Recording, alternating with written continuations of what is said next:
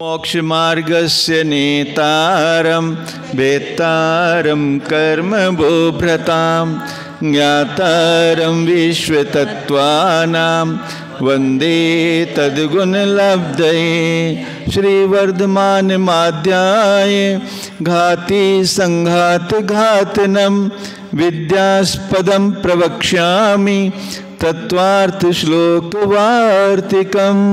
पंच परमेश्वरी भगवान की, देवादिदेव 1008 श्री धर्मनाथ भगवान की, देवादिदेव 1000 श्री मुनुसतनाथ भगवान की, परम पूज्य आचार्य श्री उमा स्वामी जी महाराज की, परम पूज्य आचार्य श्री विद्यानंद स्वामी जी महाराज की, परम पूज्य आचार्य श्री शांति सागर जी महाराज की, परम पूज्य आचार्य श्री सन्मति सागर जी महाराज की, परम पूज्य आचार्य श्री अभिनंदन सागर जी महाराज की, परम पूज्य आचार्य गुरुदेव सुंदर सागर जी महाराज की, गुरुदेव समंत भद्र स्वामी की जय। नमस्ते नमस्ते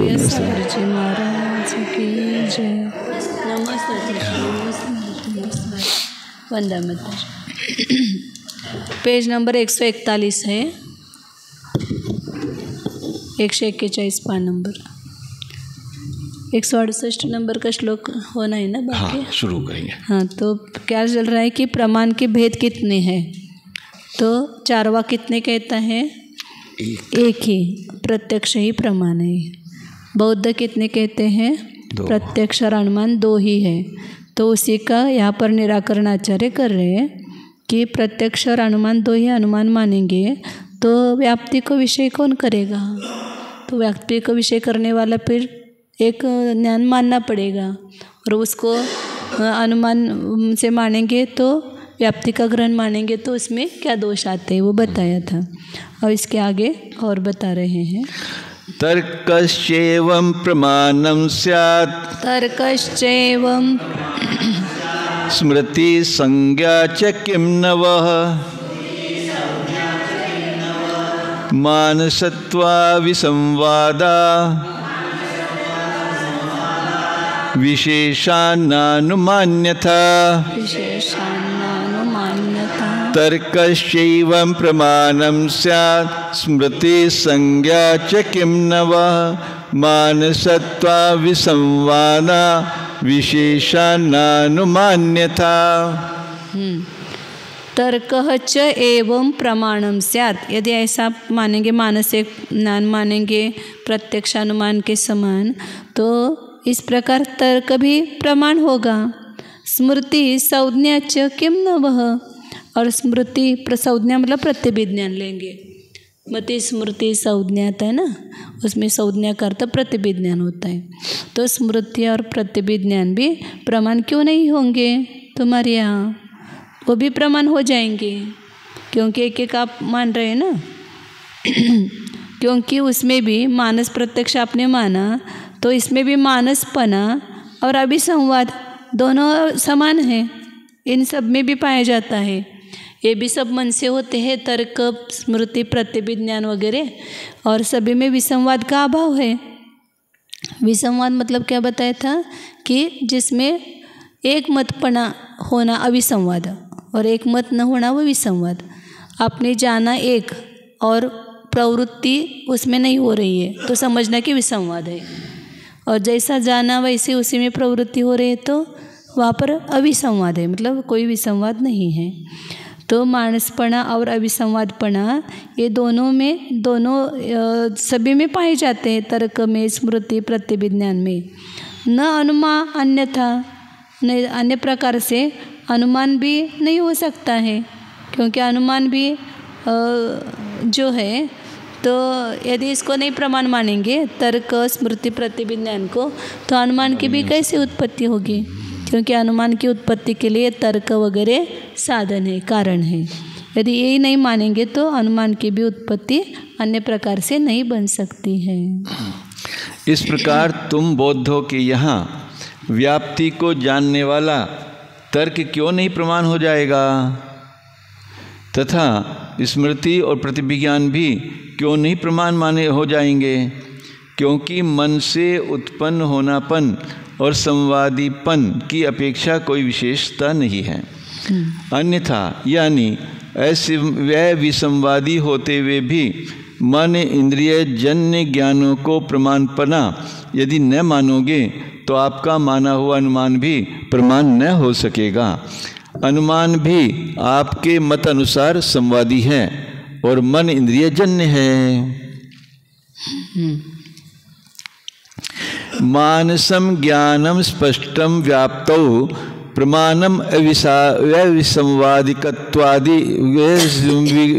विसंवादिकत्वात् इति वदन् कथम अयम तर्कम एव नैच्छेत्। मानसम ज्ञानम अस्पष्टम, मानस ज्ञान जो है वो कैसा है? अस्पष्ट है। व्याप्तो प्रमाणम, और व्याप्ति में प्रमाण है, क्योंकि अविसंवादकत्वात्, उसमें कोई किसी प्रकार का विसंवाद न होने से। ऐसा कहने वाला यह बौद्ध तर्कमेव कथम नैच्छेत्, तर्क कोई कैसे नहीं मानता है? मानस प्रत्यक्ष मान रहे ना आप, और वो अस्पष्ट होते हुए भी उसको प्रमाण मान रहे व्याप्ति को जानने में। मतलब व्याप्ति का ज्ञान मानस से होगा ऐसा उन्होंने कहा था। उसके ऊपर ही आचार्य कह रहे हैं कि मानस ज्ञान व्याप्ति में प्रमाण है ऐसा मान रहे, वो अस्पष्ट है और उसमें अविसंवादकपना होने से। ऐसा कहने वाला फिर तर्क कोई नहीं, क्यों नहीं चाहेगा? आगे स्मरणम प्रतिविज्ञानम वा कुतः प्रतिक्षेपेत तद अविशेषात्। और स्मरण और प्रत्यभिज्ञान को भी कैसे निराकरण करता है, उसका खंडन कैसे करता है? क्योंकि उसमें भी ये मानसपना और अविसंवादकपना पाया जाता है। ये समान है। अविशेष मतलब समान, विशेष मतलब कि विशेष होना, और अविशेष मतलब समान। ये भी स्मृति भी मानस से, मन से उत्पन्न होती है, प्रत्यभिज्ञान भी मन से होता है, और उसमें विसंवाद नहीं पाया जाता है। क्योंकि अपन करते कुछ गई वस्तु रखी हुई है, अपने को याद आया तो वहीं पर मिलते कि नहीं मिलती वो, तो स्मृति ज्ञान भी अविसंवादी है। प्रत्यभिज्ञान जैसे कल अपन ने जाना था, आज उसी को जाना, तो क्या ज्ञान होता है? एक कल का देखा हुआ ही व्यक्ति है, तो उसमें कोई आपको डाउट होता है क्या? संशय होता है क्या? नहीं, तो उसमें भी अविसंवाद है ना। तो स्मृति, प्रत्यभिज्ञान, तर्क, ये सभी में अविसंवादपना पाया जाता है, इसलिए उसको भी प्रमाण स्वीकार करना चाहिए फिर आपको। मनोज्ञानत्वात् न तत्प्रमाणम इति चेत न अनुमानस्य अप्रमाणत्व प्रसंगात्। आप कहेंगे कि मन से उत्पन्न हुआ ज्ञान है, मनोज्ञानपना उसमें पाए जाने से वे प्रमाण नहीं है, ऐसा आप कहोगे तो अनुमान को भी अप्रमाणपणे का प्रसंग आएगा। क्योंकि अनुमान भी मन से उत्पन्न होता है, तो उसको भी मन से उत्पन्न हुआ इसलिए अप्रमाण, तो अनुमान भी आप मानते हो वो भी अप्रमाण हो जाएगा। बौद्ध अनुमान को मानते हैं ना, तो उसको भी अप्रमाण मानना पड़ेगा फिर। संवादकत्वात् अनुमानम प्रमाणम इति चेत ततः एव स्मरणादि प्रमाणमस्तु। अब उसके ऊपर वो क्या उत्तर देता है कि भले मन से उत्पन्न होता है लेकिन वह विसंवाद रहित है अनुमान। अब संवादकपना है उसमें, और विसंवाद कहो या संवादक कहो, दोनों का अर्थ एक ही होता है। संवादकपना होने से अनुमान प्रमाण है ऐसा मानते हैं। तो आचार्य कहते हैं संवादकपना होने से ही स्मरणादि को भी प्रमाण हो, क्योंकि उसमें भी कोई विसंवाद नहीं, मतलब संवाद है। जैसा जानते वैसा ही स्मरण करते वैसा ही पाया जाता है, तो उसमें भी संवाद है, इसलिए उसको भी प्रमाण स्वीकार करो। नहीं ततः अर्थम परिच्छिद्य वर्तमान अर्थ क्रियायाम विसंवाद्यते प्रत्यक्षादिवत।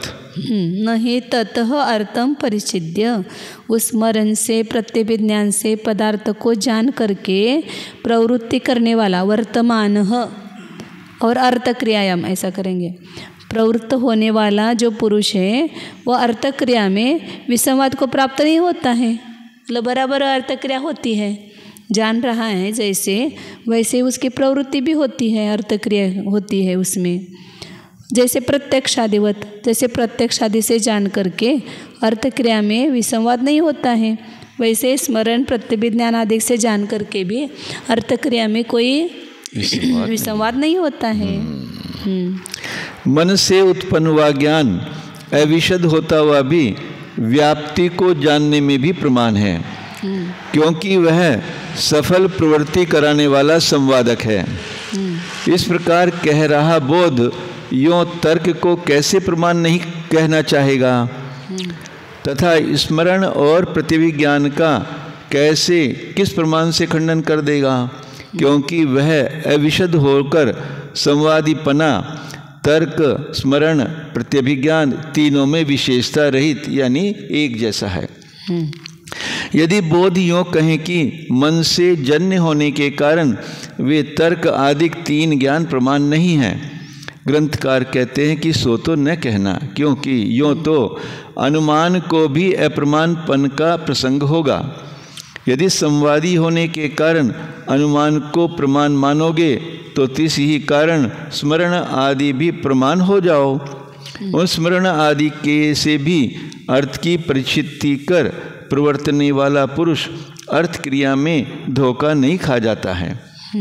जैसे कि प्रत्यक्ष और अनुमान से जल आदि अर्थों को जानकर वस्तुभूत स्नान पान आदि अर्थ क्रिया में निधड़क हो जाए, क्रियाएं निधड़क हो जाती हैं।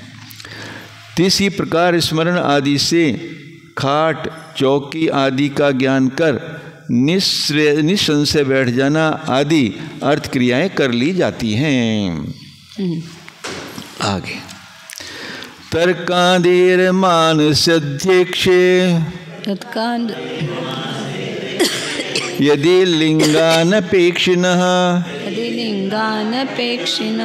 स्यादन्तर्भवनं सिद्धेस् ततोऽध्यक्षानुमानयोः तर्कादेर्मानसेऽध्यक्षे यदि लिंगानपेक्षिणः स्यादन्तर्भवनं सिद्धेस् ततोऽध्यक्षानुमानयोः। यदि लिंग अनपेक्षिणः तर्कादेः मानसे अध्यक्षे अंतर्भवनम स्यात्। प्रश्न चल रहा है कि बहुत दो ही प्रमाण मानते, प्रत्यक्ष और अनुमान, तो उनको तर्कादिक को कैसे मानेंगे? तो उसका वो मानस प्रत्यक्ष में अंतर्भाव कर रहे तर्कादिक का, तो फिर यदि उसमें अंतर्भाव हो जाएगा तो उससे प्रत्यक्ष और अनुमान इन दोनों की सिद्धि होगी, फिर बाकी किसी की सिद्धि ही नहीं हो पाएगी। फिर तर्कादिक की सिद्धि कैसे होगी? वो नहीं हो पाएगी। लिंग की नहीं अपेक्षा करने वाले तर्क स्मरण प्रतिविज्ञान प्रमाणों को यदि मानस प्रत्यक्ष में गर्भित करोगे तब तो प्रत्यक्ष और अनुमान। पुस्तक आणलं नाही का? मला वाटतं तेच पुस्तक आहे असं वाटलं. तिकडनं पाठीमागं जावं, आता पाठीमागं जुनं पुस्तक आहे बघा एक. हाँ, लिंग की नहीं अपेक्षा करने वाले, लिंग माने साधन. हाँ हाँ, तर्क स्मरण प्रतिविज्ञान प्रमाणों को यदि मानस प्रत्यक्ष में गर्भित करोगे तब तो प्रत्यक्ष और अनुमान इन दो ही प्रमाणों की सिद्धि हो सकेगी, अन्य कोई उपाय नहीं है. और स्पष्ट न होने से तथा लिंग की अपेक्षा नहीं करने से प्रत्यक्ष और अनुमान में तर्क आदि का अंतर्भाव हो नहीं सकता. अतः इनको न्यारे प्रमाण मानो. यह आपको बलात्कार से मानना पड़ा. सीधी अंगुली से घृत नहीं निकलता है. यदि तर्कादेः मानसे अध्यक्ष अंतर्भावः स्यात् लिंगान अपेक्षत्वात् ततः अध्यक्षानुमानयोः सिद्धि प्रमाणांतर अभाववादिनः संभाव्यते न अन्यथा. वही आचार्य कह रहे कि यदि तर्कादेः तर्कादि, तर्क मतलब तर्क स्मृति प्रत्यभिज्ञान, इनका मानस प्रत्यक्ष में अंतर्भाव आप करते हो तो लिंग अनपेक्षित्वाद. क्यों उसमें अंतर्भाव करते? क्योंकि उनको लिंग की अपेक्षा नहीं, साधन की अपेक्षा नहीं होने से ऐसा कहते हो. ततः अध्यक्ष अनुमानयोः सिद्धि, प्रत्यक्ष और अनुमान इन दोनों की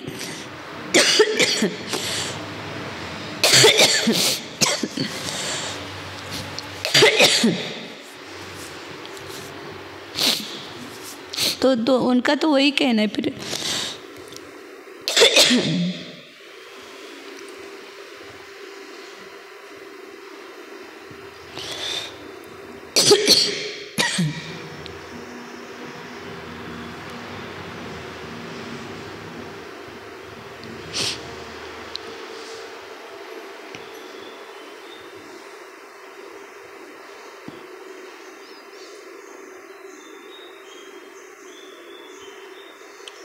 उन्हें उनका ही सिद्ध किया जाए ऐसा लग रहा है ना। दो ही प्रमाण तो दो ही मान रहे हैं ना, वो प्रत्यक्ष और अनुमान। यदि मतलब तर्कादिक सिद्ध नहीं होंगे ऐसा कहना, मतलब उसमें से तर्कादि का मानस प्रत्यक्ष में अंतर्भाव करेंगे तो व्याप्ति आदि का ज्ञान नहीं हो पाएगा। इसलिए प्रत्यक्ष और अनुमान इन दोनों की सिद्धि होगी। प्रमाणांतर अभाववादिनः संभाव्यते, प्रमाण दूसरे प्रमाणों का अभाव मानने वालों के मत में दो की सिद्धि संभव है, न अन्यथा अन्य प्रकार से सिद्धि नहीं हो सकती है। यदि तर्क आदि को ज्ञापक हेतु की नहीं अपेक्षा करने से मानस प्रत्यक्ष में गर्भित किया जाएगा, तैसा होने से तो तीसरे आदि अन्य प्रमाणों को नहीं मानने वाले बौद्ध या वैशेषिकों के यहाँ प्रत्यक्ष और अनुमान दो ही प्रमाणों की सिद्धि संभव हो सकती है, अन्यथा नहीं।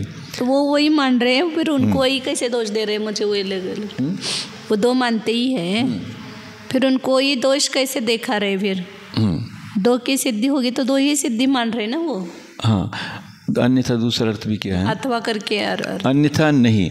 अथवा इस पंक्ति का द्वितीय गौण अर्थ यह भी कर सकते हो कि तर्क आदि को प्रत्यक्ष प्रमाण में गर्भित करने पर ही सभी जीवों के संपूर्ण प्रत्यक्षों को प्रमाणपना और अनुमानों को प्रमाणपना आता है। अन्यथा केवल अपना ही वर्तमान काल का प्रत्यक्ष और दृष्टांत में प्रत्यक्ष से जानी हुई व्याप्ति करके उत्पन्न हुआ अनुमान ये तो प्रमाण हो सकेंगे, शेष बहुत से प्रत्यक्ष और अनुमान अप्रमाण ठहर जाएंगे। अतः तर्क आदि को मानो विचार करने पर प्रत्यक्ष में उनका अंतर्भाव नहीं होता है, अतः परोक्ष में उनकी गिनती की जाए।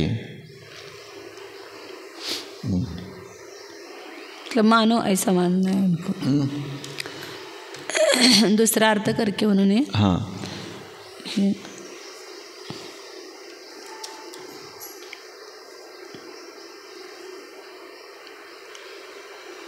तो बाकी के प्रत्यक्ष और अनुमान सिद्ध नहीं होंगे। मतलब उनको व्यंग्य अर्थ बोल करके फिर दूसरे प्रमाण ही सिद्ध नहीं होंगे आपके यहाँ, प्रत्यक्ष और अनुमान दो ही सिद्ध होंगे ऐसे। तदा मते प्रमाणत्वम् नामान्तरघृतोऽस्तु नः तद्वद्देवा विसंवादात् श्रुतस्येति प्रमात्रयम्। तदा मते प्रमाणत्वम् नामान्तरघृतोऽस्तु नः तद्वेदेवा विसंवादात् श्रुतस्येति प्रमाणत्रयम्। तदा मतेः प्रमाणत्वं नः नामांतरधृतः अस्तु। तब तो हमने जो मति ज्ञान को प्रमाण माना है उसका ही दूसरा नाम धारण कर लिया। ये प्रत्यक्ष, स्मृति, प्रत्यभिज्ञान ये सब जो है ये मति ज्ञान की ही पर्यायवाची नाम है। इसलिए आचार्य ने भी दिया ना, मति स्मृति संज्ञा चिंता विनिबोध इत्यनर्थांतरम, मति ज्ञान के दूसरे नाम दिए हैं। तो दूसरे नाम को धारण किया हुआ हमारा मति ज्ञान में ही प्रमाणपना मानो। फिर तद्वदेव अविसंवादत्वात्, और उसके समान ही अविसंवादपना होने से श्रुतस्य, श्रुत ज्ञान को भी प्रमाण मानो। तो तीन प्रमाण हो गए ना, मति ज्ञान, अनुमान और श्रुत ज्ञान, इस प्रकार 3 प्रमाण हो जाएंगे। मति, स्मृति, मति और अनुमान और श्रुत ज्ञान। ये मति ज्ञान में सबको किया ना, स्मृति, संज्ञा, चिंता वगैरह। तो अनुमान एक अलग से मानते हैं ना आप, तो मति ज्ञान मतलब प्रत्यक्ष हो गया, अनुमान परोक्ष मतलब अपन मानते वैसा। और फिर श्रुत ज्ञान को भी आपको मानना पड़ेगा, क्योंकि वो भी विसंवाद रहित है। आगम शब्द ज्ञान तद्वदेव अविसंवादात, उसी के समान मति ज्ञान के समान ही अविसंवाद होने से, मतलब कोई भी विसंवाद न होने से श्रुत को भी प्रमाण मानो। तो इस प्रकार 3 प्रमाण हो गए। 2 प्रमाण नहीं रहेंगे, 3 प्रमाण मानने पड़ेंगे। श्रुत ज्ञान को भी स्वीकार करो। यह ही अवग्रह आदि आत्मकम इंद्रियजम प्रत्यक्षम अक्षय ही जनितत्वात् तद अनपेक्षम तो स्मरणादि मानसम लिंगान अपेक्षणात् इति ब्रूयात् तेन मति ज्ञानम एव अस्माकम इष्टम न नाम अंतरेण उक्तम स्यात्। जो अवग्रहाद्यात्मकम इंद्रियजम प्रत्यक्षम, जो अवग्रह, इहा, अवाय धारणा रूप है ना, इंद्रिय से उत्पन्न होने वाला प्रत्यक्ष ज्ञान इन अक्षय जनितत्वात्, इंद्रियों से उत्पन्न होने से, इंद्रियों से उत्पन्न होने वाला है। तद अनपेक्षम तो स्मरणादि, और उसकी अपेक्षा न करने वाले कौन है? इंद्रियों की अपेक्षा न करने वाले स्मृति प्रत्यभिज्ञान, ये मानसम, ये मानस मति ज्ञान है। लिंग अनपेक्षणात्, वो लिंग की अपेक्षा न करने से। इति ब्रूयात्, ऐसा कहा है। तेन मति ज्ञानम एवं अस्माकम इष्टम नामांतरेण उक्तम स्यात्, फिर उससे हमने जो माना हुआ मति ज्ञान है उसको ही भिन्न नाम से आपने बता दिया, प्रत्यक्ष और स्मरण आदि करके, मानस प्रत्यक्ष करके मति ज्ञान को ही आपने बता दिया है। तद विशेषः तु लिंग अपेक्ष अनुमानम इति च प्रमाणद्वयम् मति ज्ञान व्यक्ति अपेक्षया उपगतम भवेत्। और उसका ही विशेष लिंग की अपेक्षा रखने वाला कौन है? अनुमान ज्ञान है। तो इस प्रकार 2 प्रमाण हो गए, प्रत्यक्ष और अनुमान। मतलब मति ज्ञान प्रत्यक्ष को, मति ज्ञान को ही आपने प्रत्यक्ष कह दिया, और अनुमान भी जो है वो भी प्रमाण मान रहे आप। तो मति ज्ञान की व्यक्ति की अपेक्षा से, व्यक्ति ज्ञान की व्यक्ति असं दे उघडं, व्यक्ति मतलब प्रगटता, मति ज्ञान के जो प्रकट पर्याय है उसकी अपेक्षा से ही ये तीनों स्वीकार हो गए। मतलब दो स्वीकार हो गए, प्रमाण, अनुमान, प्रत्यक्ष और अनुमान, ये दोनों मति ज्ञान के ही भेद हो गए। तथा तद विशेष तो तथा वो हो गया क्या? हो गया था, नहीं अभी नहीं हुआ, हो गया ना। तद विशेष तो तद विशेष तो लिंग अपेक्षा अनुमानम इति च प्रमाणद्वयम् मति ज्ञान व्यक्ति अपेक्ष उपगतम भवेत्। जो आपने 2 माने ना, प्रत्यक्ष और अनुमान, वे मति ज्ञान की ही प्रकटता की अपेक्षा से मति ज्ञान ही है दोनों भी, तो इसलिए वे 2 हो गए। और आगे बता रहे तथा च शब्द अपेक्षत्वात् कुतः ज्ञानम ततः प्रमाणांतरम न सिद्ध्येत संवादकत्व अविशेषात् इति प्रमाणत्रय सिद्धे है। और उसी प्रकार शब्द की अपेक्षा होने से जो ज्ञान है वह दूसरा प्रमाण क्यों नहीं होगा, क्यों नहीं सिद्ध होगा? क्योंकि उसमें भी संवादकपना, ये विशेष अविशेषता मतलब समानता है। मतलब जो शब्द से उत्पन्न होने वाला ज्ञान है वो श्रुत ज्ञान, तो वो भी प्रमाण है ना, क्योंकि उसमें भी जैसा हम शब्द के द्वारा जानते हैं वैसी वस्तु पाई जाती है, तो उसमें कोई विसंवाद नहीं है, संशय पर्याय नहीं है, तो इसलिए उसमें भी संवादकपना पाया जाता है। इसलिए 3 प्रमाण की सिद्धि होती है। हाँ, ऐसा दूसरे भी लोग कहते हैं ना, कोई मतलब ये नैयायिक लोग हैं, नहीं अपने सांख्य लोग हैं, वे 3 प्रमाण मानते हैं। हाँ, तो प्रत्यक्ष, अनुमान और आगम। आगम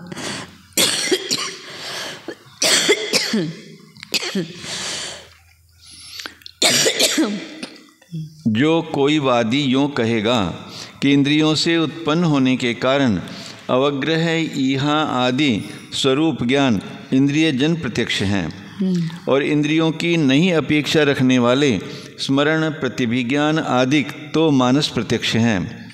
हेतु की नहीं अपेक्षा होने के कारण ये स्मरण आदि अनुमान प्रमाण नहीं हो सकते हैं। इस पर आचार्य कहते हैं कि यों तो उस वादी ने हमारा माना गया मति ज्ञान ही दूसरे नाम करके कह दिया, यह समझा जाएगा। उसी मति ज्ञान का एक भेद तो लिंग की अपेक्षा रखने वाला अनुमान है। इस प्रकार एक सामान्य मति ज्ञान के व्यक्ति की अपेक्षा से भेद को प्राप्त हुए दो प्रमाण प्रत्यक्ष और अनुमान स्वीकृत हुए कहने चाहिए। और इसी प्रकार शब्द की अपेक्षा से उत्पन्न हुआ श्रुति ज्ञान क्यों नहीं उससे भिन्न तीसरा न्यारा प्रमाण सिद्ध होगा, क्योंकि प्रत्यक्ष या अनुमान के समान संवादकपना श्रुत ज्ञान में भी एक सा है, कोई अंतर नहीं है। इस प्रकार तीन प्रमाण सिद्ध हो जाते हैं। मतलब दो प्रमाण मान रहे थे, उनको तीसरा प्रमाण दिखा करके आचार्य ने उनका खंडन किया है। और उसके ऊपर वो क्या कहता है वो आगे दिखाते हैं। यत् प्रत्यक्ष परामर्शी वच प्रत्यक्षमेव तत् लैंगिकं तत्परामर्शी तत्प्रमाणान्तरं न चेत्। यत् प्रत्यक्ष परामर्शी वचः प्रत्यक्षमेव तत् लैंगिकं तत्परामर्शी तत्प्रमाणान्तरं न चेत्।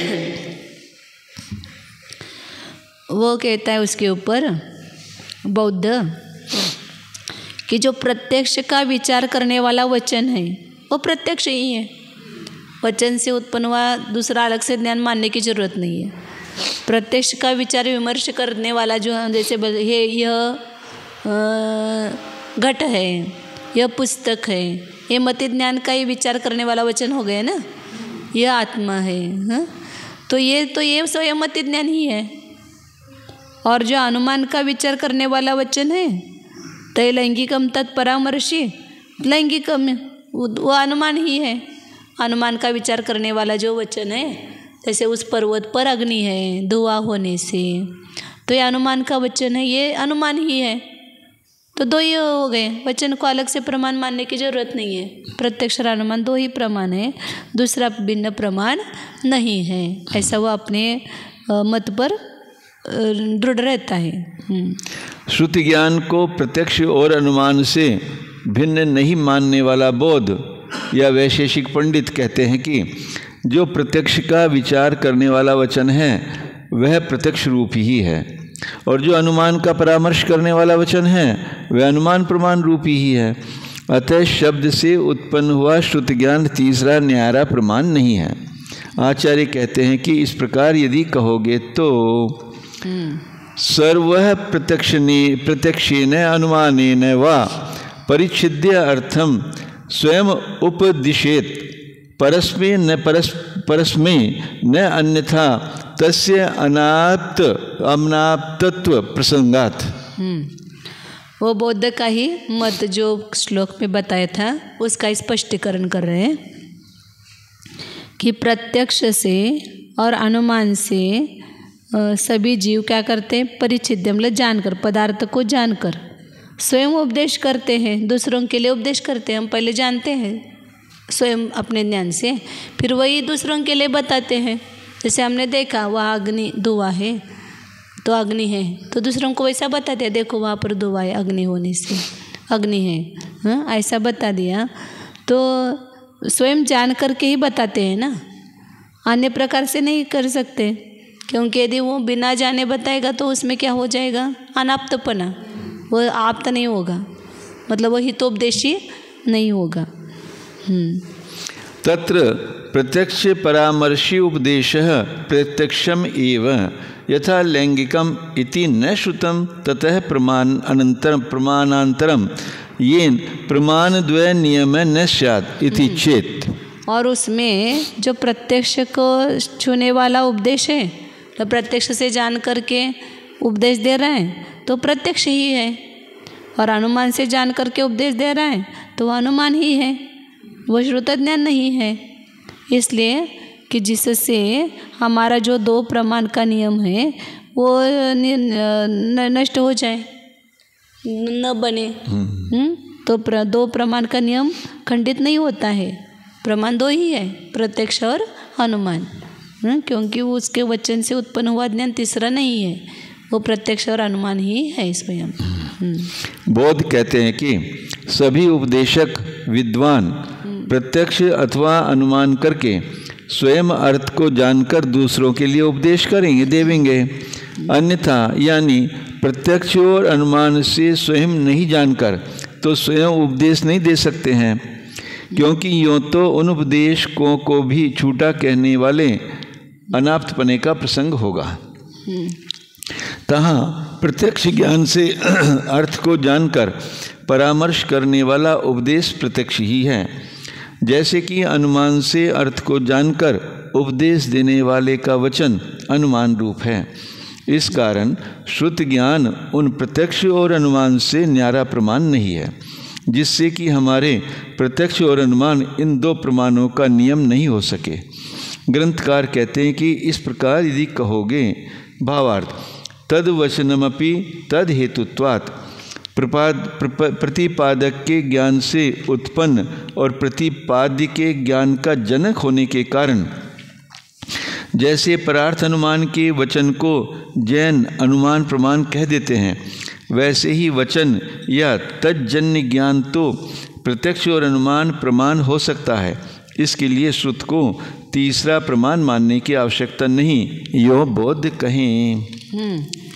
शब्द से उत्पन्न होने वाला श्रुत ज्ञान है ना, तो उसको अलग से कहने की जरूरत नहीं है, दोनों में ही अंतर्भाव हो जाता है। नाक्षलिंग विभिन्नायाः सामान्य वचनात्मनः समुद्भूतस्य बोधस्य मानांतरतया स्थितिः नाक्षलिंग विभिन्नाया सामान्य वचनात्मनः समुद्भूतस्य बोधस्य मानानंतराया स्थितिः। न अक्षलिंग विभिन्नायाः सामग्र्याः वचनात्मनः तो आचार्य उनको कह रहे कि न, ऐसा तुम्हारा कहना ठीक नहीं है, क्योंकि अक्ष लिंग विभिन्नायाः, अक्ष मतलब इंद्रिय, लिंग मतलब हेतु साधन, इससे भिन्न सामग्री कौन सी है? वचनात्मक। उससे उत्पन्न हुआ जो ज्ञान है वह अन्य प्रमाण रूप से स्थित है। प्रत्यक्ष की सामग्री क्या है? इंद्रिय। अनुमान की सामग्री क्या है? लिंग। और श्रुत ज्ञान की सामग्री क्या है? वचन। वचन से उत्पन्न होता है। तो इतनी सामग्री का भेद है, तो तीनों एक कैसे वो प्रमाण क्यों नहीं सिद्ध होगा? जैसे अक्षर लिंग से उत्पन्न होने वाले 2 प्रमाण हैं, दोनों की सामग्री भिन्न भिन्न है। ऐसे वचन से होने वाला जो श्रुत ज्ञान है वो अलग है, तीसरी सामग्री है, वो अलग से सामग्री है, तो भिन्न प्रमाण रूप से उसकी सिद्धि होती है। सो तो ठीक नहीं है, क्योंकि प्रत्यक्ष की सामग्री इंद्रिय और अनुमान की सामग्री अविनाभावी हेतु से सर्वथा भिन्न हो रही वचन स्वरूप सामग्री से भले प्रकार उत्पन्न हुए शुद्ध ज्ञान की तीसरे न्यारे प्रमाण पर करके व्यवस्था मानना उपयुक्त हो रहा है। वचन को तो उपचार से प्रमाण माना गया है, कारण कि विशिष्ट ज्ञान का अति निकट कारण शब्द है।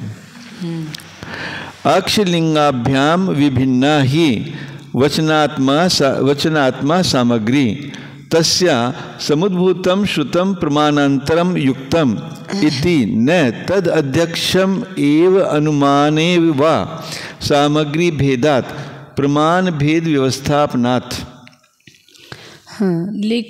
अक्षर माने इंद्रिय और लिंग, इनसे भिन्न वचनात्मक सामग्री, उससे उत्पन्न हुआ जो श्रुत ज्ञान है उसको भिन्न प्रमाण मानना योग्य है। उसको न तदध्यक्षमेव, वो श्रुत ज्ञान जो है वो प्रत्यक्ष ही नहीं है या अनुमान ही नहीं है, क्योंकि सामग्री भेदात, सामग्री में भेद है। प्रत्यक्ष की सामग्री इंद्रियादिक है और अनुमान की सामग्री लिंग है, लिंग से लिंगी का ज्ञान होना अनुमान है। तो सामग्री के भेद होने से प्रमाण भेद की व्यवस्था होती है, जिसके उत्पत्ति की सामग्री अलग अलग है। जैसे आप बोल रहे हैं ना, जैसे लौकिक में भी देखते हैं अपन पूरन पोड़ी और जो पूड़ी एक है क्या है, क्योंकि दोनों की सामग्री अलग अलग है ना। तो ऐसे जो ज्ञान भिन्न भिन्न सामग्री से उत्पन्न हो रहा है वो एक कैसे होगा? अलग अलग होना चाहिए। तो प्रत्यक्ष, अनुमान और आगम ऐसे 3 प्रमाण यहाँ सिद्ध हो रहे और आप 2 ही प्रमाण मान रहे, तो आपके दोनों प्रमाण में इसका अंतर्भाव नहीं होता है आगम का। जिससे कि प्रत्यक्ष और अनुमान के कारण इंद्रियां और ज्ञापक हेतुओं से वचन स्वरूप सामग्री सर्वथा बिल्कुल न्यारी है। उससे समुत्पन्न हुआ श्रुति ज्ञान न्यारा प्रमाण है। यह सिद्धांत युक्तिपूर्ण है। इस कारण वह श्रुति ज्ञान प्रत्यक्ष रूप ही अथवा अनुमान स्वरूप ही नहीं है।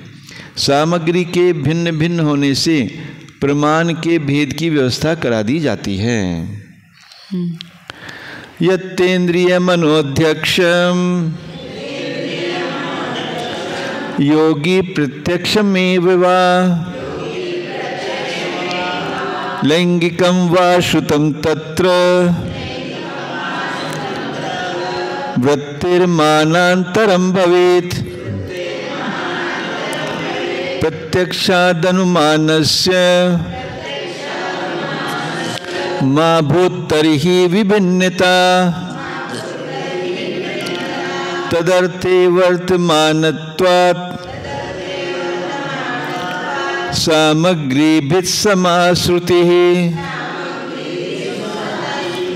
यत्रेन्द्रियमनोध्यक्षं योगी प्रत्यक्षमेव वा लैंगिकं वा श्रुतं तत्र वृत्तिर्मानान्तरं भवेत्।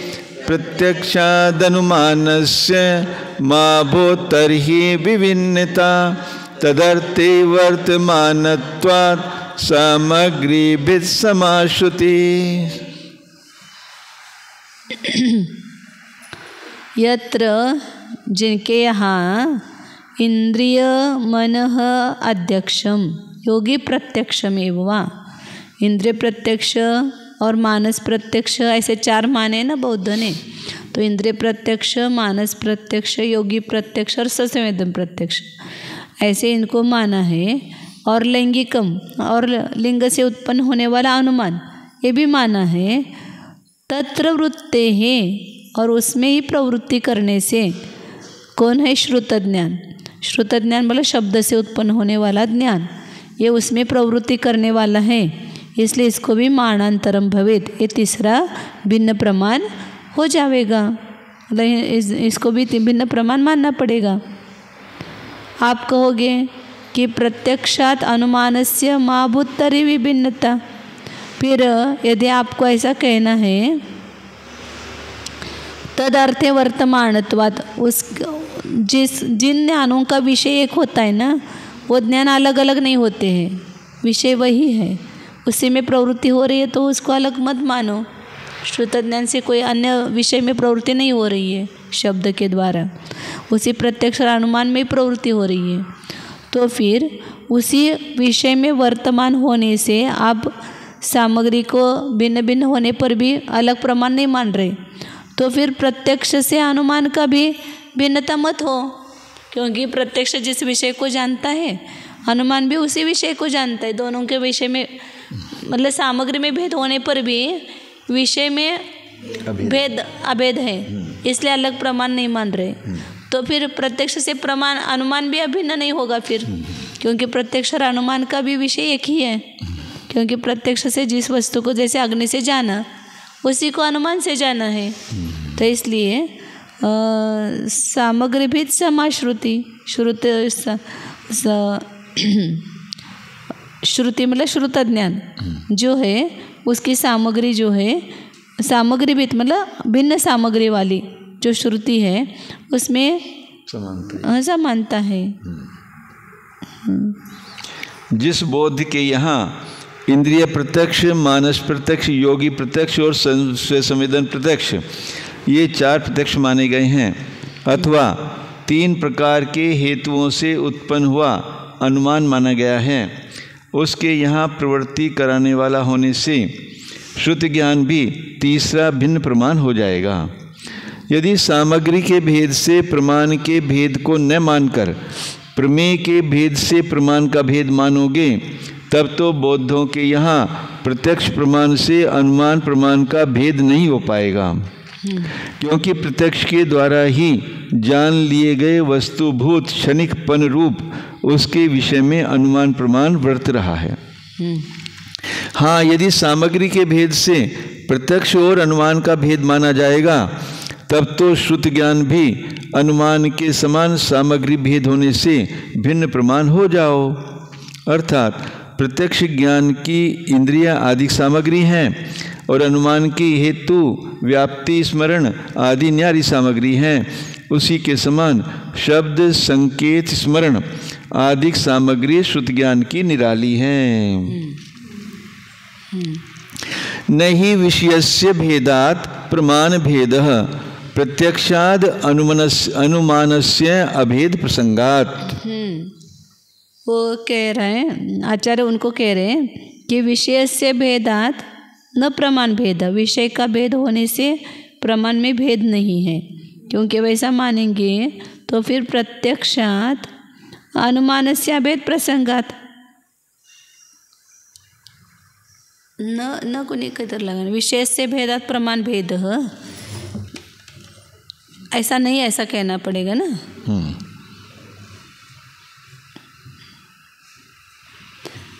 विषय के भेद से प्रमाण में भेद नहीं है, मतलब विषय भिन्न हो गया तो प्रमाण भिन्न नहीं है, ऐसा वो कह रहा है। तो प्रत्यक्षात अनुमान से अभेद प्रसंगात ऐसा यदि मानेंगे तो प्रत्यक्ष से अनुमान में अभेद का प्रसंग आएगा, क्योंकि प्रत्यक्ष और अनुमान दोनों का विषय एक ही है, तो उन दोनों में अभेद का प्रसंग नहीं लग रहा है ना। विषय के भेद से प्रमाण का भेद मानना ठीक नहीं है, मतलब आचार्य उनको ये बराबर हेतु दे रहे हैं। ये प्रतिज्ञा वाक्य हो गया ना, विषय के भेद से प्रमाण में भेद नहीं है, क्योंकि यदि विषय के भेद से प्रमाण में भेद मानोगे तो फिर प्रत्यक्ष और अनुमान दोनों का विषय एक होने से दोनों भिन्न प्रमाण नहीं होंगे, उन दोनों में अभेद मानने का प्रसंग आएगा। बराबर है। न च तत्ततः भिन्न विषयम सामान्य विशेषात्मक वस्तु विषयत्वात्। अनुमान जो है वो प्रत्यक्ष से भिन्न विषय नहीं है। प्रत्यक्ष जिसको विषय करता है अनुमान उसी को विषय कर रहे हैं। प्रत्यक्ष सामान्य विशेषात्मक वस्तु को विषय करता है, तो अनुमान भी सामान्य विशेषात्मक वस्तु को विषय करते हैं, इसलिए दोनों का विषय भिन्न नहीं है, तो दोनों प्रमाण अलग नहीं आप बोल रहे हैं। तो फिर हम प्रत्यक्ष और अनुमान का विषय एक ही हो गया, तो दोनों एक ही प्रमाण हो जाएंगे, दोनों का अभेद मानने का प्रसंग आएगा। वो श्रुत ज्ञान को टालने के लिए बोल रहे हैं ना। श्रुत ज्ञान का वही विषय है, इसलिए श्रुत ज्ञान अलग प्रमाण नहीं है। तो विषय के अभेद से यदि प्रमाण में अभेद मानोगे तो प्रत्यक्ष और अनुमान को भी अभेद मानना पड़ेगा, वे भी दो प्रमाण सिद्ध नहीं होंगे। प्रत्यक्षम एव सामान्य विशेषात्मक वस्तु विषयम न पुनः अनुमानम तस्य सामान्य विषयत्वात् इति चेत ततः कस्यचित् क्वचित् प्रवृत्ति अभाव प्रसंगात्।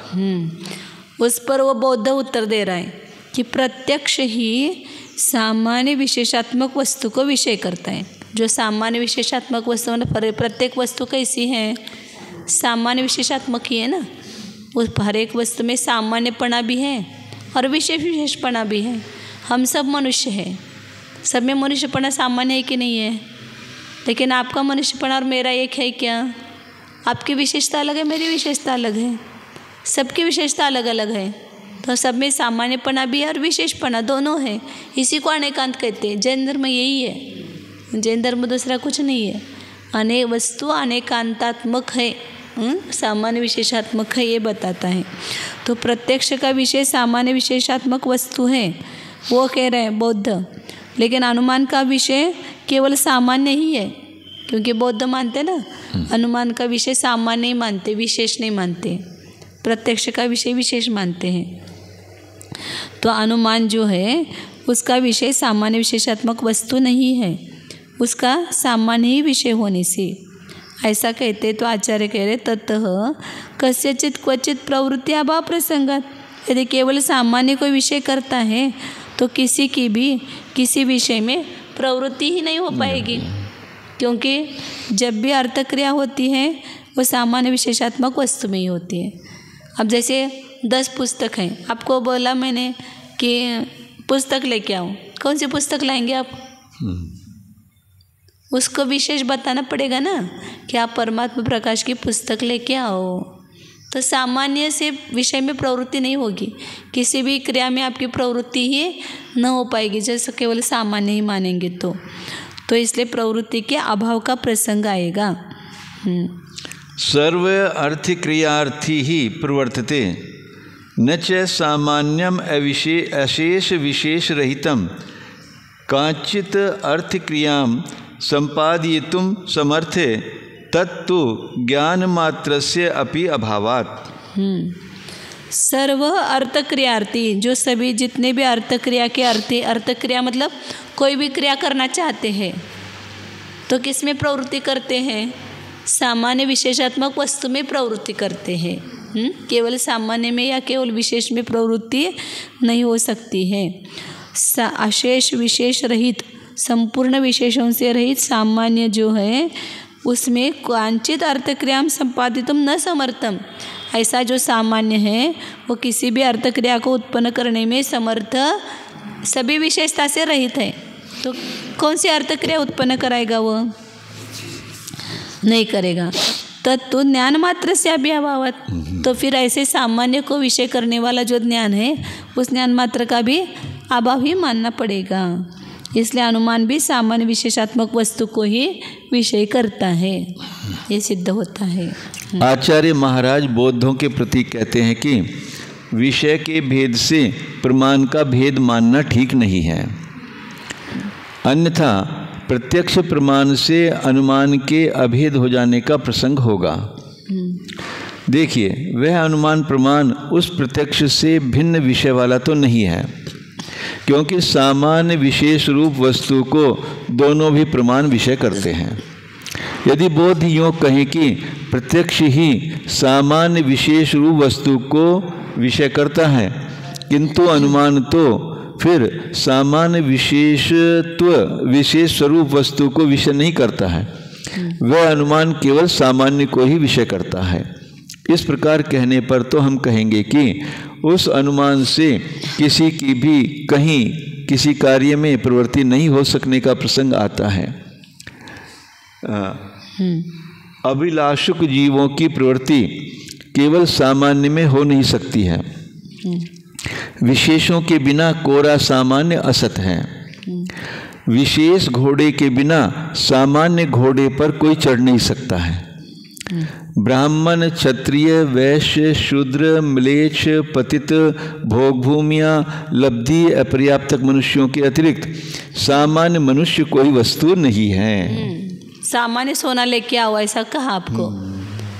दुकान में जाना, सामान्य सोना लेके आना, लेकिन अंगूठी नहीं लाना, रिंगा नहीं लाना, चिप्स नहीं लाना, बिस्किट नहीं लाना, कुछ नहीं लाना, लेकिन खाली सोना लेके आओ। कैसा लाएंगे खाली सोना?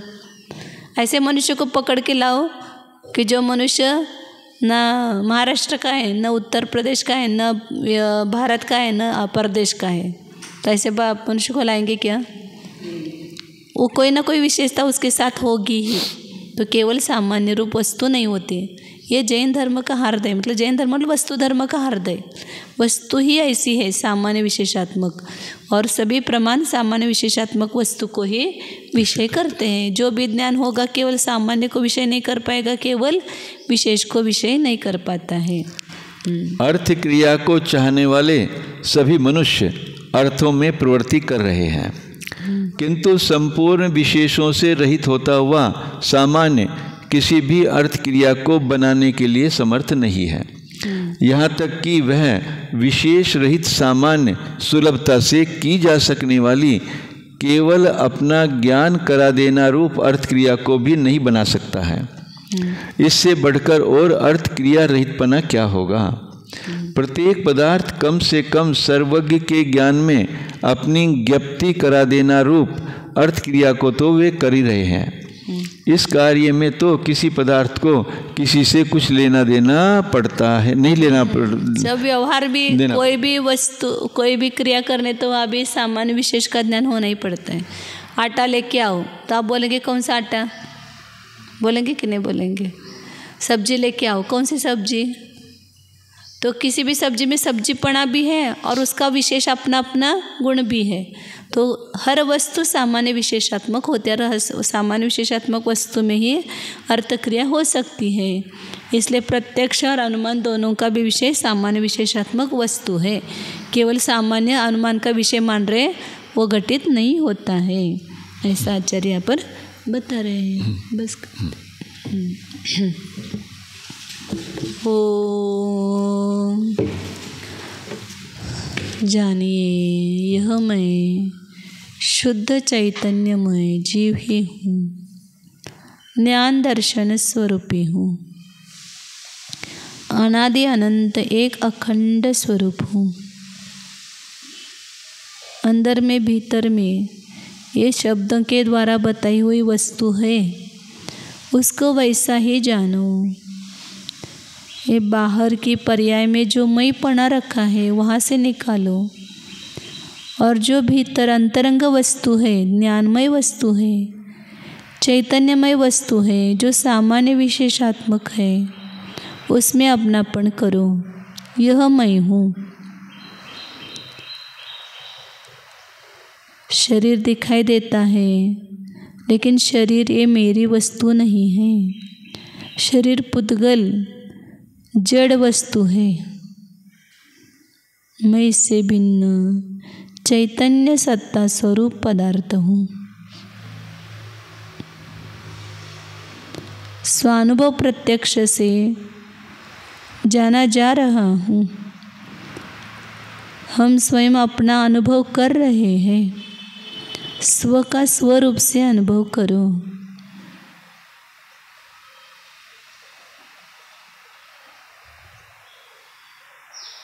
शुद्ध चैतन्य सत्ता स्वरूपोऽहं, ज्ञानानंद स्वरूपोऽहं, अखंड स्वरूपोऽहं, शुद्धोऽहं, एकोऽहं, ध्रुवोऽहं।